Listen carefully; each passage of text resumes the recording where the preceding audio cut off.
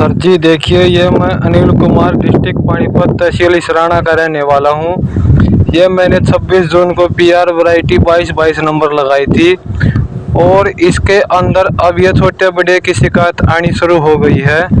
ये देखिए सर जी, जैसे एक ये है, ये अगली दफा ये देखिए, ये सर जी एक ये है, ऐसे ऐसे करके कहीं कहीं पर कहीं 2 कहीं 4 कहीं 3 ऐसे ऐसे पौधे नजर आने शुरू हो गए हैं जो पौधेपन का शिकार लग गए हैं। जैसे कि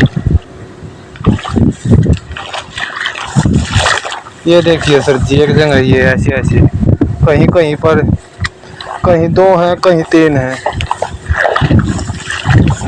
सभी को नमस्कार साथियों। जैसा आपने अभी अपने किसान भैया की बात को सुना कि धान की विभिन्न किस्मों में बौने पौधे जो है वो आने लगे हैं। हालांकि इन्होंने किस्म तो कोई और ही बताई है, मगर पीआर की कुछ किस्मों में पीआर 14 में करनाल के नीसिंग एरिया में मेरे को करम सिंह ने बताया कि वहाँ पर काफ़ी खेतों में बौने पौधे आ गए हैं। और ये वीडियो जो है पानीपत के किसान भैया ने हमको भेजी है।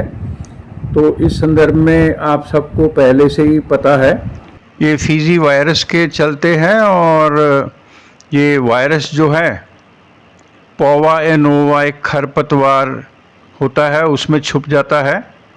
और फिर इस सीज़न में ये जो वाइट बैक्ड हॉपर है, सफ़ेद तेला या उसको फिड़का भी बोल देते हैं, उसकी सहायता से जब वो रस चूसता है उन खरपतवार पौधों से और उसमें वायरस हो फीजी, तो उस वायरस को धान के पौधों में ले आता है और धान के पौधे जो हैं फिर बौने हो जाते हैं। ये पिछले साल ही रिसर्च हो गई थी और हरियाणा कृषि विश्वविद्यालय हिसार और पंजाब कृषि विश्वविद्यालय लुधियाना ने काफ़ी इसके बारे में अध्ययन कर लिया था। फ़िलहाल हम ये चाहेंगे कि इसकी कोई भी दवा नहीं है इस बौनेपन वायरस के रोग को रोकने की।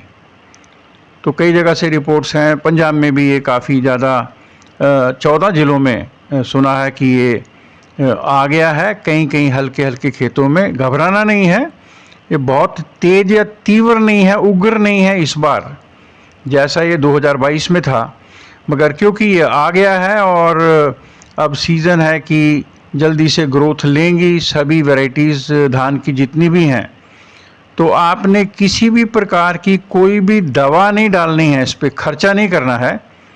अगर वाइट बैक्ड हॉपर सफ़ेद पीठ वाला आपको तेला दिखता है, वो फिड़की सी दिखती है, तो आप तेले को ज़रूर रोकिए, उसके लिए स्प्रे कर सकते हैं। मगर अपने निकटतम कृषि विज्ञान केंद्रों के जो अध्यक्ष हैं या एग्रोनॉमी या कृषि के जो विशेषज्ञ हैं, उनको 1-2 पौधे ज़रूर दिखाइए और लेकर जाइए। और साथ में आपसे अनुरोध है कि इन पौधों को उखाड़ना ही एक विकल्प है। ये बौने पौधे जो हैं, इनको आप खेत में बड़े आराम से खींच के उखाड़ें और साथ में ही एक बैग रख लें हाथ में।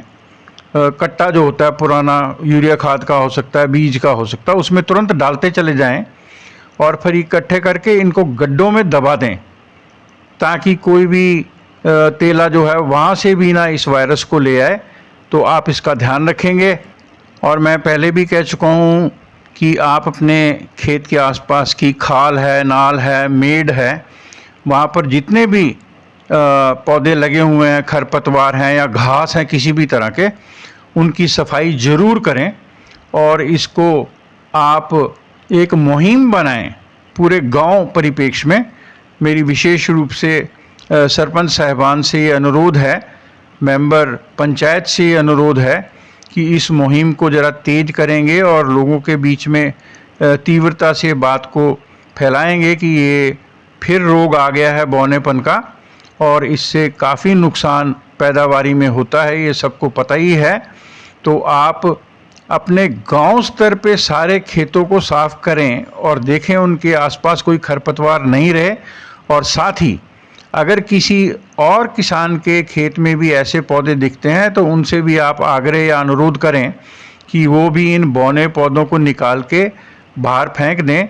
मैं अक्सर कहा करता हूँ कि एक भी पौधा अगर इस बीमारी का छूट गया तो सुरक्षा चक्कर टूट गया। जैसे पोलियो की बीमारी में कहा जाता है कि एक भी बच्चा छूट गया तो सुरक्षा चक्कर टूट गया। तो ये बीमार पौधे जो हैं इनको आप तुरंत निकालें और संपर्क में रहें। नमस्कार।